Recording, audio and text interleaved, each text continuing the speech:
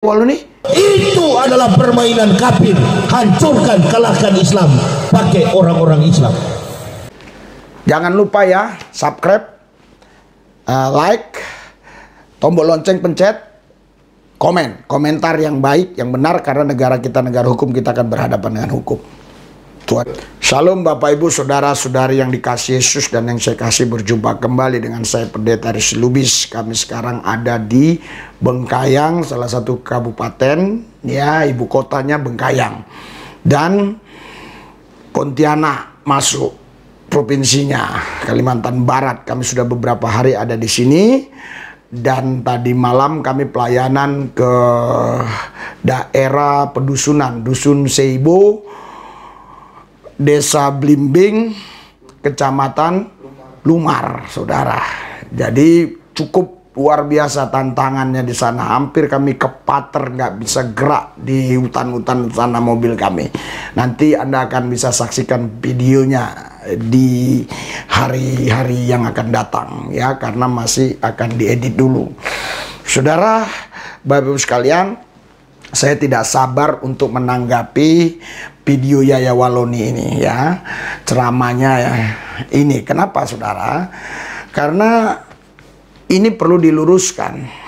Karena banyak orang yang berkata begini, udahlah Pak, capek nanggapi dia. Enggak, kita tidak boleh capek untuk meluruskan, mengklarifikasi. Kenapa? Karena ini kalau tidak diluruskan, tidak diklarifikasi, dampaknya pertama bisa kompleks, bisa masalah antar agama, bisa juga memecah anak bangsa ini. Karena kita agamanya berbeda, tapi kan satu bangsa, bangsa Indonesia. Oleh sebab itu saya tidak bosan-bosan untuk mengklarifikasi, meluruskannya. Dan saya tidak pernah kecewa walaupun dia tidak berubah. Karena tugas saya bukan untuk merubah dia. Tugas saya untuk memberikan pengertian yang benar kepada masyarakat Indonesia dan membuktikan Yaya Waloni ini sebenarnya asal ngomong saja. Karena memang upaya kristenisasi itu tidak akan berhenti. Orang-orang kafir memurtadkan umat Islam itu nggak akan berhenti. Apa? Oh, jadi orang-orang kafir itu melakukan kristenisasi ya, supaya orang Islam itu pindah ke kafir, begitu ya Pak Yaya Waloni? Iya, maksudnya kafir yang mana ini? Saudara, karena saya sudah sering menonton, melihat, mendengar Yaya Waloni ini ceramah, sehingga saya sudah bisa berasumsi kafir yang dia maksudkan itu orang Kristen. Karena menurut dia di luar Kristen kan kafir, tetapi dalam setiap ceramahnya dia selalu mengacu kafir itu kepada orang Kristen. Jadi Pak Yaya Waloni keliru. Orang Kristen itu tidak disuruh membawa orang Islam untuk pindah agama, tidak. Jadi tidak ada kristenisasi, itu tidak ada. Yang ada di Alkitab itu kita disuruh memberitakan Injil, Matius 28. Jadi beritakan Injil, ya. Terus di Markus 16 beritakan Injil kepada setiap makhluk yang percaya, dibaptis dan selamat. Jadi bukan memindahkan orang dari agama tertentu kepada agama Kristen, itu tidak terlalu penting buat kami. Yang penting adalah kita memberitakan Injil. Dan yang membuat percaya itu juga bukanlah kami yang memberitakan Injil, tapi Roh Kudus itu sendiri yang membuat orang percaya. Berarti di sini tidak ada kristenisasi, yang ada itu Yesusnisasi, ya. Apa Pak Yaya Waloni? Nggak akan berhenti. Kita ribut, kita diadu domba. Itu adalah permainan kafir. Oh, jadi orang kafir itu suka mengadu domba, begitu ya? Oh, itu keliru Pak. Bapak salah besar, salah besar. Kita itu tidak diajarkan adu domba, tidak diajarkan adu domba. Kita diajarkan oleh firman Tuhan untuk membawa damai kepada setiap makhluk, terlebih terusus kepada manusia tentunya. Kita membawa damai kepada mereka supaya ada damai di bumi ini. Jadi ajaran Yesus itu ajaran damai, bukan ajaran kekerasan. Jadi kita disuruh datang ke pribadi-pribadi orang untuk menceritakan damai Yesus, untuk menceritakan keselamatan yang Yesus beri, gitu. Jadi tidak pernah mengadu domba antara umat beragama, apalagi sesama anak bangsa. Tidak pernah itu ada di antara kami ya, melakukan hal-hal seperti itu. Oh, apa Pak Yaya Waloni? Itu adalah permainan kafir. Hancurkan, kalahkan Islam pakai orang-orang Islam. Jadi orang kafir itu selalu menggunakan umat Islam untuk menghancurkan Islam, begitu. Itu keliru Bapak, itu fitnah, Bapak itu menghayal, Pak Yaya Waloni itu berhalusinasi. Itu semua tidak benar, itu tidak ada. Kalau memang itu benar, faktanya mana? Siapa orangnya yang menggunakan orang Islam untuk menghancurkan Islam? Tidak ada. Justru kita berdoa supaya orang-orang Islam ini damai satu sama lain. Pak Yaya Waloni lah yang sepertinya ceramahnya memecah belah sebenarnya, ya, sehingga orang Islam itu tidak bisa bersatu gara-gara Pak Yaya Waloni, justru bukan gara-gara orang kafir atau orang Kristen. Kami sebagai orang Kristen tidak pernah menggunakan orang-orang Islam untuk menghancurkan Islam. Itu Bapak salah besar, salah besar. Jadi saya mau katakan kepada Pak Yaya Waloni, jangan lagi memberitakan, mengabarkan fitnah, mengabarkan, menceritakan atau menceramakan, mengkhotbahkan hal-hal yang sifatnya adu domba. Dan semuanya itu adalah karangan Pak Yaya Waloni. Jangan sampai di sini saja, teruskan ya. Ini, tonton ini. Bapak Ibu Saudara-saudari yang dikasihi Yesus, kita akan melihat pembangunan rumah misi ya. Sudah sampai di sana ya, sebentar ya. Tadi kita pelayanan dulu. Ini kita mau lihat sudah sampai di mana. Sudah sampai di mana?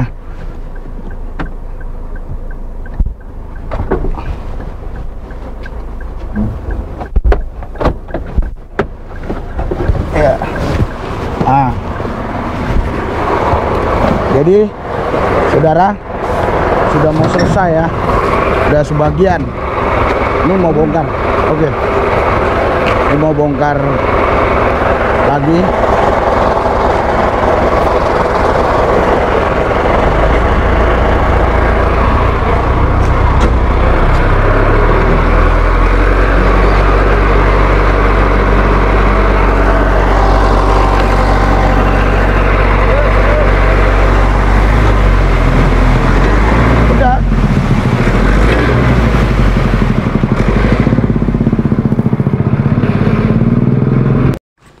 Salam Bapak Ibu Saudara-saudari yang dikasihi Yesus dan yang saya kasih, berjumpa kembali dengan saya saudara. Saudara, kita sekarang ada di Kalbar ya.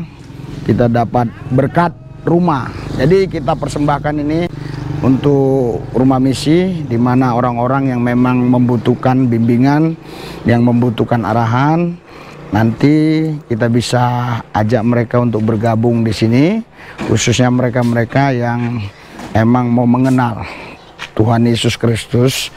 Kita akan ajak untuk bergabung di sini. Sekarang lagi diperbaiki ini ya, lagi diperbaiki supaya rapi. Saya pun kurang begitu tahu ya berapa nanti yang harus masuk pasir kemari, berapa truk dan berapa semen, berapa sak, nanti kita hitung. Nah ini kita lihat dalamnya saudara. Ini Bapak, kita lihat dalamnya.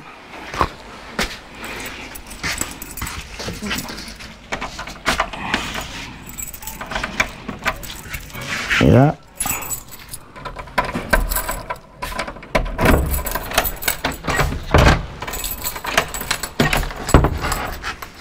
Nah, ini dalamnya, saudara. Nah, terus dalamnya ini. Nah, sampai di sini. Oke, ini tempat ininya. Nah, ini kamarnya. Ya, ini dia. Kita akan rapin semua. Jika memang Tuhan berkenan, kita punya dana yang melimpah, ini kita habisin aja, kita bersihin semua ini. Maksudnya sampai ke sana, kita uruk semua ini. Kita tambah bangunannya sampai ke sana. Nah, karena itu saudara, Bapak Ibu sekalian, saudara sekalian, siapapun Anda yang memang punya hati misi, yang mau dukung pelayanan ini, Anda bisa mendukung pelayanan ini di nomor rekening yang tertera, ya, yang tertera di layar ini dan juga di deskripsi ada semua. Saudara, mungkin Anda berpikir, wah itu kan tugas orang-orang kaya yang harus memberkati, itu orang-orang yang punya pabrik, orang-orang yang punya perusahaan, manajer-manajer. Saudara, keliru saudara. Jadi tidak ada di antara kita yang dianggap Yesus itu miskin, karena waktu seorang janda memberikan 2 peser uang, Yesus bilang dia yang memberi terbanyak. Apakah yang lain tidak ada memberi yang berapa dirham? Tentunya ada. Kenapa dia yang terbanyak? Karena itu uangnya hanya segitu dan dia berikan semuanya itu. Itu mata uang terkecil. Kalau di Indonesia mungkin uang ribu-ribuan lah. Nah, jadi bayangkan saudara, kalau Anda ada yang punya kerinduan untuk Injil Kerajaan Allah diberitakan ke seluruh bangsa, ya, dan mereka bisa dibawa kemari untuk dibina. Nah, saudara bisa ke nomor rekening ini, ya. Kita berpikir sederhana aja. Kalau kita mau bekerja sama, saudara, ya, ada yang mau ngasih 500, ada yang mau ngasih 1 juta, oke. Ada juga yang bilang, wah saya hanya bisa 50.000, nggak ada masalah. Sesuai dengan kemampuan dan kerelaan, ketulusan hati kita. Tapi bayangkan kalau kita gabung semua, 50.000 kali 200 orang, misalnya kali 1.000 orang, kan bisa membangun ini. Oke, saya berdoa Tuhan Yesus jamah mereka semua yang sudah mendengar ini, misi ini, dan terkhusus terlebih yang sudah subscribe, Tuhan berkati. Mereka yang sudah memberkati, Tuhan berkati berlipat kali ganda, biar memberkati kembali. Dan mereka yang tidak bisa memberkati, Tuhan berkati juga, di lain waktu mereka bisa memberkati. Ingat saudara, Anda memberi tidak akan menjadi miskin, Anda tidak memberi pun tidak menjadi kaya. Tuhan Yesus memberkati. Ambilkan skop lo bro, ambilkan skop itu, kena skop. Pasir ke-6. Iya, pasir ke-6. Oh, udah. Nah, pasir ke-6. Iya.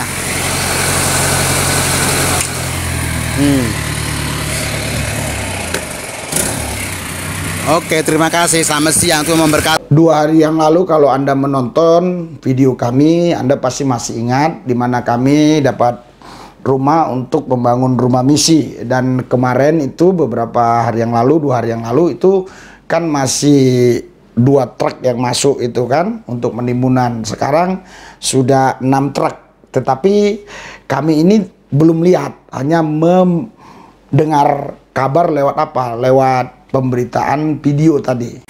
Ambilkan skop lo bro, ambilkan skop itu, kena skop. Pasir ke-6. Iya, pasir ke-6. Oh, udah. Nah, pasir ke-6. Iya.